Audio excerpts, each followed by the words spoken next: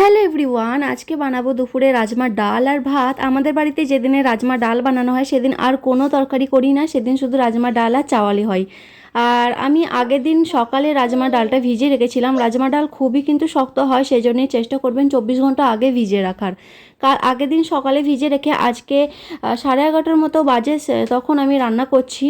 তারপরে রাজমা ডালগুলো কিন্তু অনেক সিদ্ধ করার জন্যে আমি দিয়ে দিয়েছি প্রেশার কুকারে 4-5টা মতো সিটি দিতে হবে, সামান্য পানি, লবণ আর দিয়ে দিয়েছি অল্প হলুদ পাউডার।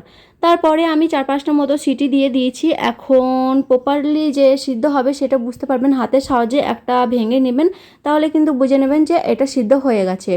ঠিক আছে, আর এখানে আমি ডালটা এখন ঢেলে রেখে দেবো, এরপরে তড়কা দেওয়ার পালা। আর এই রাজমা ডাল তড়কা দেওয়ার সময় কিন্তু অল্প মশলা দিতে হয়, তাহলেই খেতে ভালো লাগবে, নইলে কিন্তু শুধু রসুন লঙ্কা ফোড়ন দিলে কিন্তু সেরকম খেতে ভালো লাগে না, সেই জন্য রাজমা ডালটা একটু মশলা করতে হয়। আমি কড়াইয়ে এদিকে তেল দিয়ে দিয়েছি, তারপরে দিয়ে দিচ্ছি একটা পেঁয়াজটা ব্রাউন হওয়া অবধি ভেজে নিতে হবে। ওইদিকে সেম প্রেশার কুকারে আমি ডালটা ঢেলে নিয়েছি, তারপরে ভাত দিয়ে দিয়েছি ওইদিকে প্রেশার কুকারে, আর এদিকে আমি তরকাটা দিয়ে নিচ্ছি। আর এই পেস্টটা হচ্ছে একটা টমেটো আদা রসুনের পেস্ট, আমি এর মধ্যে দিয়ে দিয়েছি। পেঁয়াজটা ব্রাউন হওয়ার পর আমি কিন্তু পেস্টটা দিয়েছি। এখানে কিছুটা বেসিক মশলা অ্যাড করতে হবে, হলুদ পাউডার সামান্য, অল্প লঙ্কা পাউডার, মানে কাশ্মীরি রেড চিলি পাউডার এটা দিয়েছি, আর একটু জিরে গুঁড়ো আর ধনিয়া গুঁড়ো। আমি কিন্তু এখন কোনো ঝাল দিছি না, যেহেতু সেজাকেও এই ডালটাই খাওয়াবো আমরা। সবার লাস্টে ভাতের সঙ্গে কাঁচা লঙ্কা নিয়ে নেব খাওয়ার সময়, সেই জন্যে আর কোনো মানে ঝালের মশলা কিছু দিলাম না।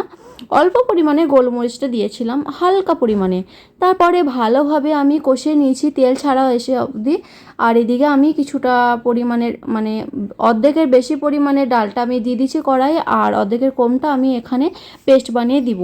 কোনো কিছু আমি যদি মানে তরকার ডাল কি ছোলার ডাল যখন এইসব রান্না করি তখন অর্ধেকটা আমি পেস্ট বানিয়ে দিই, তাহলে গ্রেভিটা বেশ ভালো মতো হয়ে আসে। সেই জন্য আমি এই রাজমা ডালটা অল্প পেস্ট বানিয়ে দিলাম। দেখতে পেলেন কতটা সুন্দর ক্রিমের মতো ভাবটা চলে এসছে, তাই না?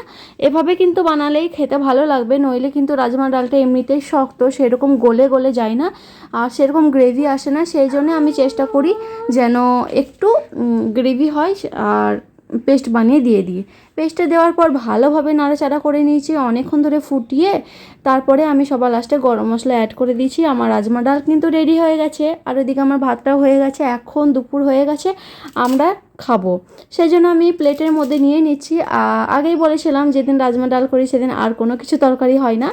আর এই রাজমা ডাল খেতে এত এত মজা লাগে, যদি আপনারা না খেয়ে থাকেন অবশ্যই ট্রাই করবেন, খেতে খুবই ভালো লাগবে আর খুবই ইজি বানানো, খুব চটজলদি হয়ে যায়। সামান্য লেবু দিয়ে এখন আমি খাবো। ঠিক আছে, আজকের মতো এই পর্যন্ত, দেখা হচ্ছে পরের কোনো ভিডিওতে। ওকে, বাই।